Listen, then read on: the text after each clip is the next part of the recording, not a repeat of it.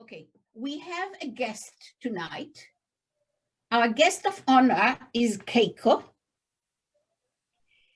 Keiko is my teacher, my mentor. She is an extremely talented person. She's a poet, a linguist, a student of metaphor, psychology, literature, and culture. She is a beloved workshop instructor and a leader in San Jose's literary community. Keiko has facilitated the writing group Right to the End since 2004, and she's also a co-founder of Thinking Ink Press. Keiko, the floor is yours. Thank you, Edna. Thank you, everyone, for being here. I am so honored and thrilled that Tsamadim exists and that I get to be part of your anniversary celebration this year. Thank you. We translate poetry in order that people who do not speak the original language might be able to experience the poems that could be their salvation. William Carlos Williams says, "It is difficult to get the news from poems, yet men die miserably every day for lack of what is found there. It would be cruel to deny people the salvation of a particular poem simply because they are unlucky enough to speak a different language. Translation, therefore, is a vital and necessary work. A poem is not a concept that can be explained in a different language and still understood. The translation of poetry is much more complicated than, say, an instruction manual or even the news that Williams mentions. A poem is an experience, and it is an experience based in language." I've been asked to give examples about translating haiku from Japanese into English. Translating haiku is an extremely difficult task because not only are the two languages very different, but the cultures, including their literary traditions and forms, are also very different. Here's one of my favorite haiku by Kobayashi Issa. I'm going to share my screen.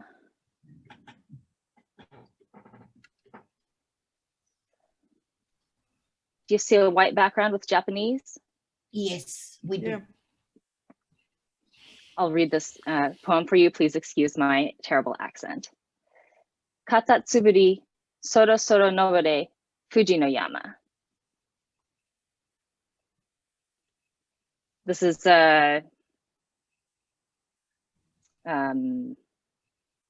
showing what the words mean. So katatsuruburi is snail. Soro soro means slowly. Nobore is climb. It's a imperative, so it's telling the snail to climb. And Fuji no yama is Mount Fuji. Literally, it means Fuji's mountain. On the level of sound, when we try to translate this poem, we already have a difficulty because of the word soro soro. Japanese has a whole class of words like this. They're considered to sound like what they describe. So soro soro is like, you really can imagine the snail with that one. Another example is paku paku, which means devouring. And there's the video game Pac-Man is actually named after this word. But English doesn't have words like this. And also in the second line, you can see that there's nothing but O's. Soro soro nobore. It's all O sounds. And you're gonna have a really difficult time in English to find a whole line that has only a single vowel sound, because English has 14 possible vowel sounds and Japanese only has 5. So it's much more easy in Japanese to have all O's in a line, but in English, it will be very difficult to preserve that. And also, I just noticed this, buri and bore are very similar in sound, also sharing the consonants, and the vowels are kind of similar too. So that's another thing that you will not probably be able to preserve. I'm not sure how important that particular one is to the original poem. But I feel like the beginning of this poem has a very snaily, creeping quality. Katatsuruburi, soro soro nobore. It's like, so the sound is something that we may, try to preserve and probably fail. But all the translations that I'm going to present today do attempt to give that feeling of the soro soro, by using repetition in English. English and Japanese word order and syntactic structure are very different from each other. And I could go on and on about that, but I'll save that for another time. So here is a very nice translation that keeps the original order of the images. Snail, little by little, climb up Mount Fuji. It gives you the experience of first the snail, then its action of slowly climbing, then noticing that it's actually climbing Mount Fuji. My feeling about this poem is that Issa is also talking to himself, encouraging himself in the sometimes overwhelming task of writing poetry or even living. Certainly this poem has been my salvation as a writer many times when I needed to keep going and the going felt very, very slow and even futile.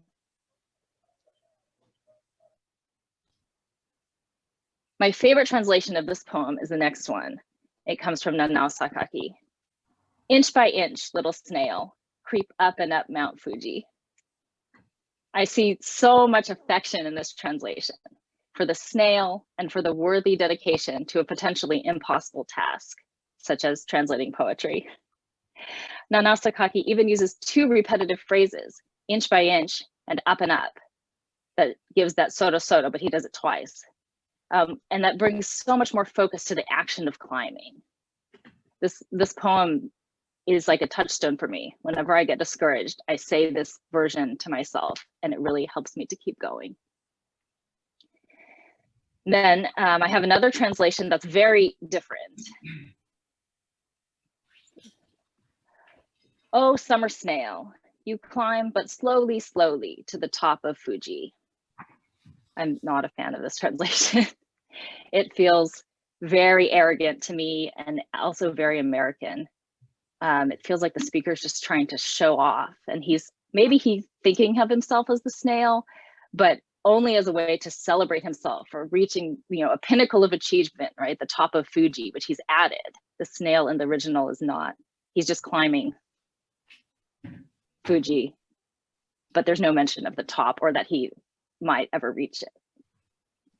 So as an American, I feel very sorry for the times I've taken this attitude. And this translation kind of helps me see that. So all of the translations I've so far have kept 3 short sections, which is in keeping with the original form of haiku that goes in 3 parts. But there's another translation I'll show that ignores the original form and uses a pre-existing English form as its structure, which is the couplet. And in order to create a couplet, the translation ends up being much longer than the original, and the translator adds content to make it match the couplet form. Oh, timid snail, by nature weak and lowly, crawl up the cone of Fuji, slowly, slowly. The first time I ever saw haiku translated as couplets, that seemed just completely insane to me.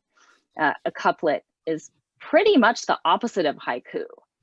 Haiku is vast, it's experiential, expanding, it's wild, and couplets are very rational. They're like tied with a bow, these thought-based little things that, they open and then they end, but the haiku like keeps opening.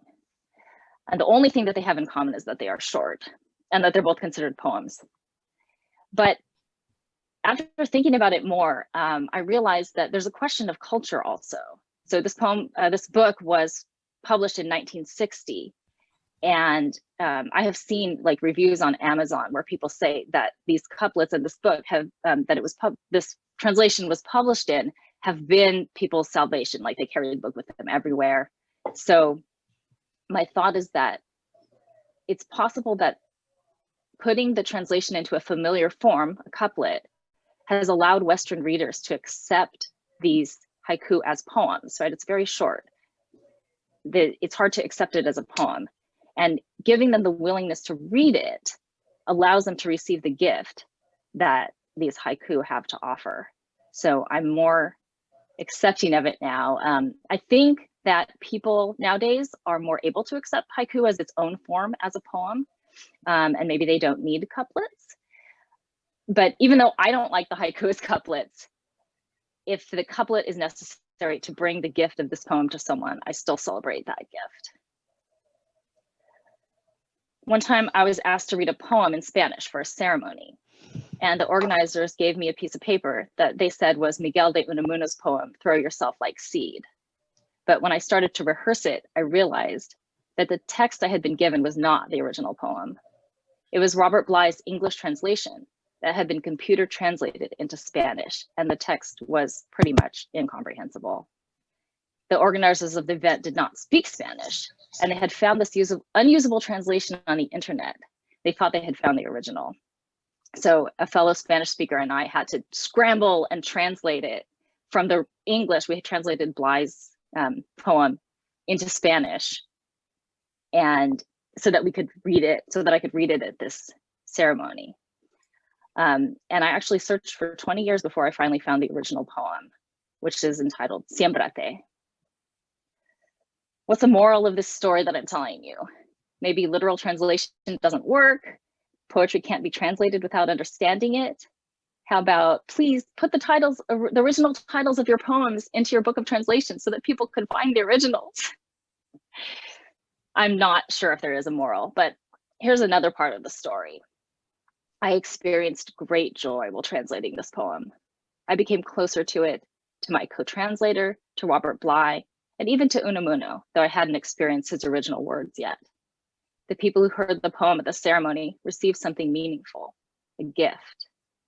This gift was passed back and forth from Spanish to English and back to Spanish again, changing each time, yet retaining something of itself, the seed within it that is the gift. I doubt Unamuno would recognize his poem in my translation, but his gift has still been transmitted. Auden says, the words of a dead man are modified in the guts of the living. There is no escape from this, even without translation. But though the words are modified, the gift is still passed on. And even though translation is a monumental task, like the snail climbing Mount Fuji, people who speak other languages deserve to receive the gift of a poem that can touch their souls. Çmdim is a beautiful expression of that noble work. Thank you. Thank you very much. Thank you. Thank you, Keiko. Thank you very much. And you I'm so sorry, I forgot to take the screen share off. Okay, that's okay. Well, okay. That's okay. Keiko, thank you so much. I feel like that snail all my life. I don't know where Mount Fuji is, but I climb and climb and climb and keep falling back. So thank you so much. And you also pointed out to us the cultural problem that is embedded in the very act of translation. And I'm going to say this twice this evening. John Ciardi said that translation is the art of failing gracefully. And I think when we try to translate, we fail somehow, but we are doing a great service to those who don't know the language. Toda raba, Keiko, which means thank you so much. אנחנו נעשה תכף אתנחתא קצרצרה, אבל בינתיים אפשר לבקש אולי מקייקו שתספר לנו איך אומרים צמדים ביפנית. Keiko, could you tell us how to say צמדים in Japanese? Okay. So I don't really speak very much Japanese, but I do have a friend who is from Japan, and she's a very literary person. So I asked her, and she said that there is a word in Japanese called pea, which is it's a borrowing from English pear that they use, pea. And she thought that that could be cute if you wrote it in hiragana. They have, she sent me all the characters if you guys need them. So, but also, she talked to her husband about it too. They had a hike and a discussion, and they thought possibly the word tsunagu which means to Say tie again? or connect. Tsunagu. Tsunagu. Tsunagu. Yeah. It's it means like to connect. Right. So with connecting the cultures, it's like a deep connection. And there was also one called Kizuna, which means like a strong bond of friendship. So they have another word in Japanese, tomodachi, which is friend, and that's kind of more light. Like it's easy to be someone's tomodachi, but Kizuna is a deeper connection that you may have. And then one more that she thought of was sumugu, which means to spin thread. And she says she feels like that could be really good because, spinning cotton into thread. So it's a lot of different backgrounds kind of coming together and being spun together into the one journal.